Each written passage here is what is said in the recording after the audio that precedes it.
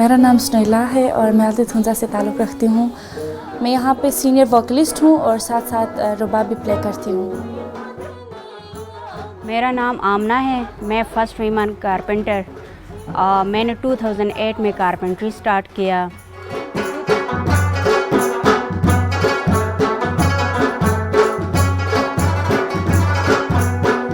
जैसे जैसे आप नॉर्दर्न पार्ट की तरफ बढ़ते हैं, यहाँ पे या तो ये पहाड़ हैं या फिर बर्फ़ है।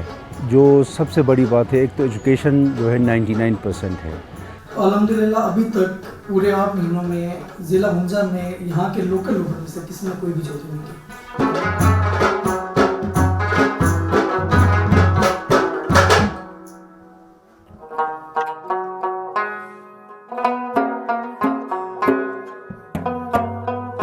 د سرخار اسلام آباد نه 1502 کیلومتره لري په قراقرم هایوي دا د ګلګت بلتستان هونزا سیمه ده چې د دنګو غرونو شنو اوبو او پاک ماحول لپاره نوم لري. د هونزا د ښکلا کتلو لپاره هر کال په زرګونو سیلانیان ورځي.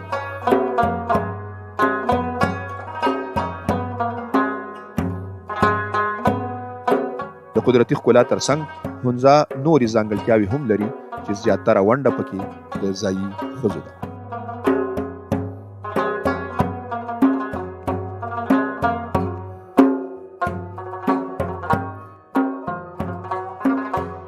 د هونزا ټولنه د پاکستان تر ټولو پرمختللې ټولنه ګڼل کیږي.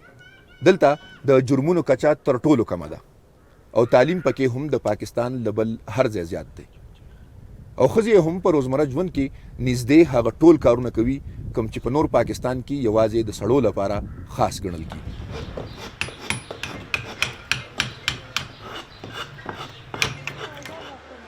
دا د هونزا په التیت کلي کې د شقم په نوم د ملک یوازینی داسې ورکشاپ دی چرته چې ښځې ترکاڼانې کار کوي. د آمنا په نوم دا ښځه دعوه لري چې د پاکستان لومړی مسلکي ښځه ترکاڼه ده. نوموړې د مالی ستونزو له وجې په 2008 کې د آغا خان کلچر سروس پاکستان په دې ورکشاپ کې د ترکاڼۍ زده کړې پیل کړې.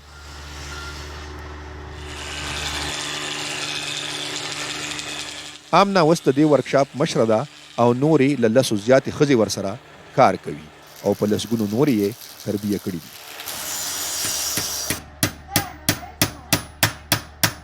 خو د آمنا لپاره د بریا دا سفر آسان نه و.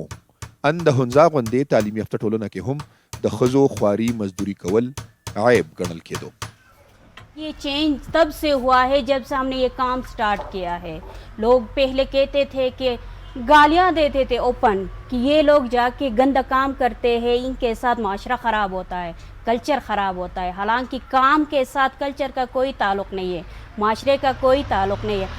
तो काम करने के लिए हमें रोकते थे, टोकते थे कि तो क्यों करते हैं. कोई तब्दीली आई आपके काम शुरू करने के बाद? हाँ, बहुत ज़्यादा तब्दीली आई. स्टार्ट में ये होता था कि जो बंदे मुझे रोकते थे, मुझे टोकते थे कि आप क्यों कर रहे हो, उन्हीं की बहनें मेरे साथ काम करते हैं, मुझे खुशी है उससे. उन्हीं की बेटियां मेरे साथ काम करते और हमें कहते हैं कि हमें और लोग आते हैं कि हमें भी ले लो, कोई जगह है तो.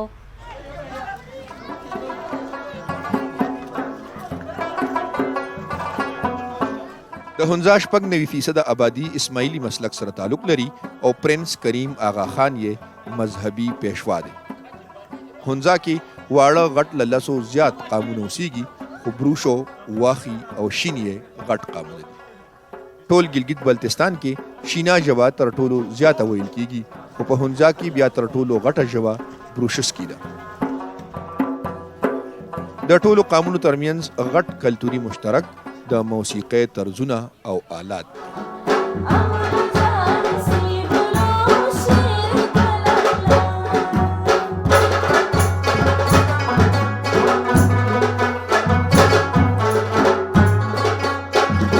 دا په التیت کې د موسیقۍ سکول دی چې جینکۍ او هلکان پکې په ګډه د موسیقۍ زده کړې کوي. سونیلا بیگ د پوهنتون زده کوونکې ده او د موسیقۍ د سکول په بینډ کې سندرغاړې ده.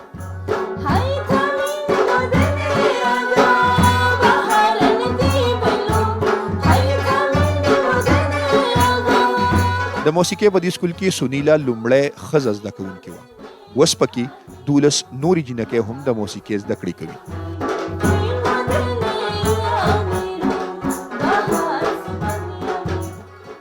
خو د سنیلا لپاره د موسیقۍ د زده کړو پیل له ستونزو ډک و.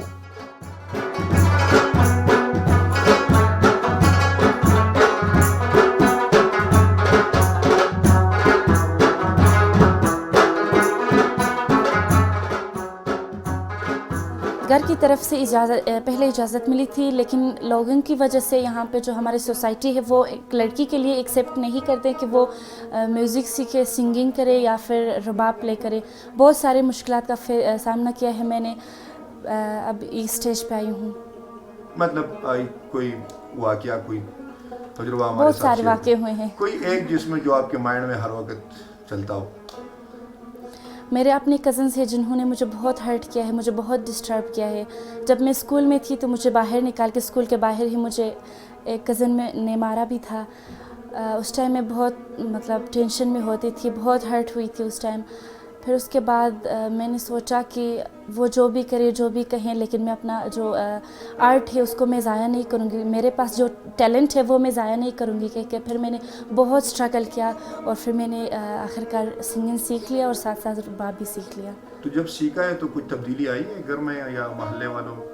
जी बहुत सारी तब्दीली आई हैं. अब जो मेरे पीछे बोल रहे थे, जो मुझे डांट रहे थे, वो खुद कह रहे हैं कि हमारी बेटियों को भी अपने साथ लेके जाओ, उनको भी सिखाओ, उनको भी प्रमोट करो, उनको भी मतलब आगे लेके जाओ. د چین او پاکستان ترمنځ مرکزی سړک کراکورم هایوے د هونزا نه تیریږي. دا لار د چین پاکستان اقتصادي راهدارۍ مرکزی لار ده او هونزا ته د دغه راهدارۍ ګیټ وے هم ویل کیږي. شمال اړخ ته د هونزا ځینې سیمې د افغانستان د واخان پټۍ سره پوله لري او د افغانستان د پولې سره نږدې سیمو کې واخي قام ژوند کوي.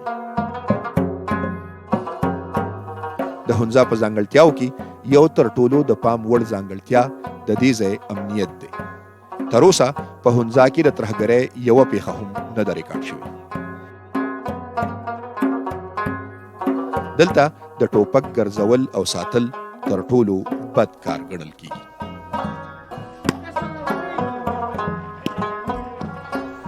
په دې تاڼه کې د تیر یو کال دوران یوازې 4 FIR درج شوي دي. دا په هونزا کې د ګلمي تاڼه ده.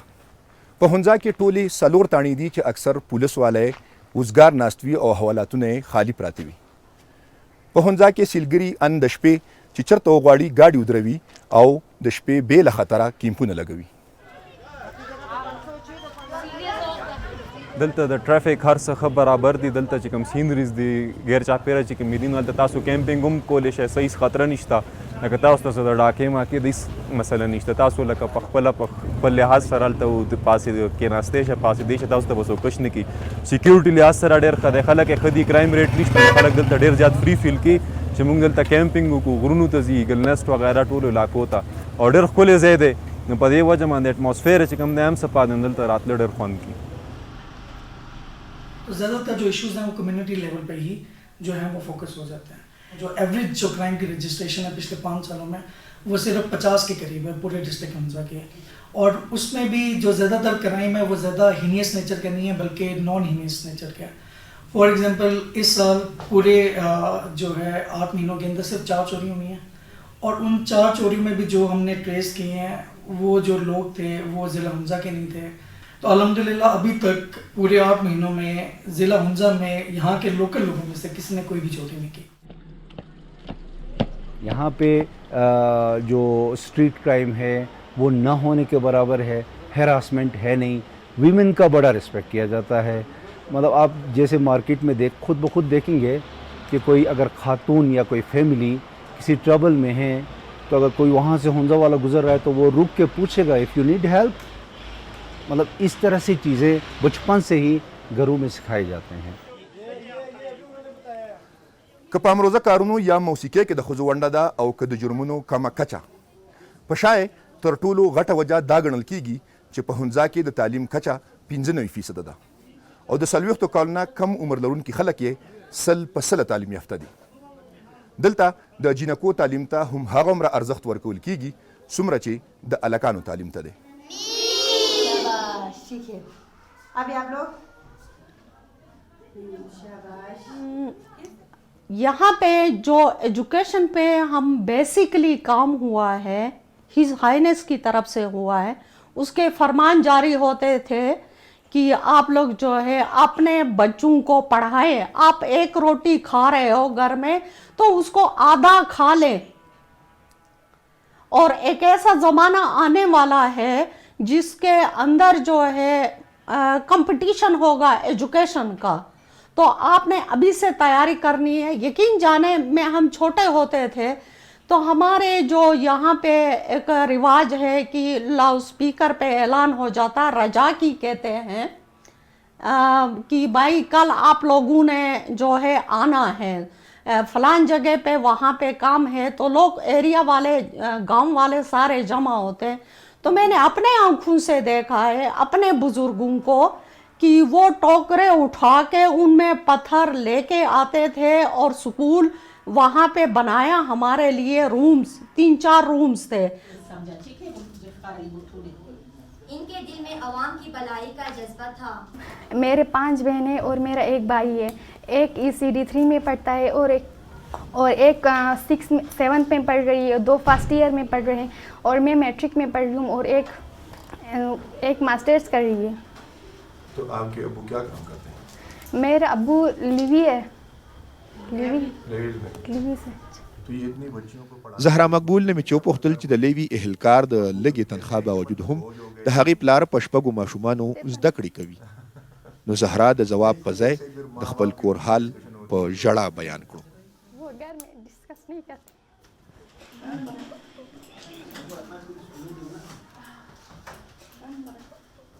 यहाँ पे इंसानियत काम कर रही है.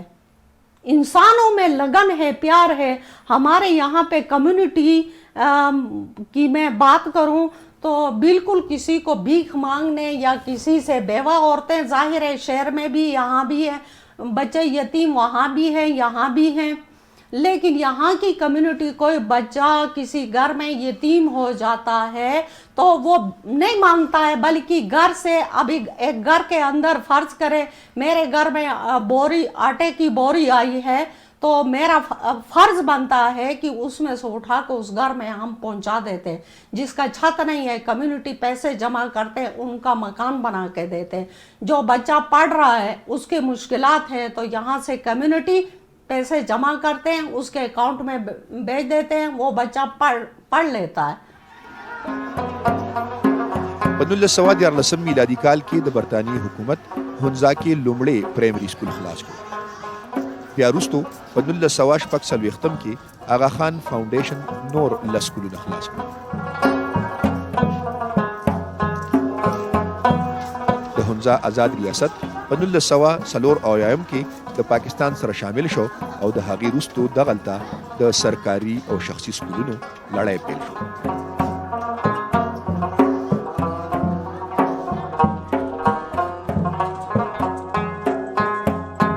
اوس هونزا په امن، تعلیم، د ښځو په پیاوړتیا، صفایۍ او ټولنیز ژوند کې د پاکستان له نورو سیمو مخکې تللی دی چې د پاکستان د پرمختللي ښارونو لپاره یو مثال.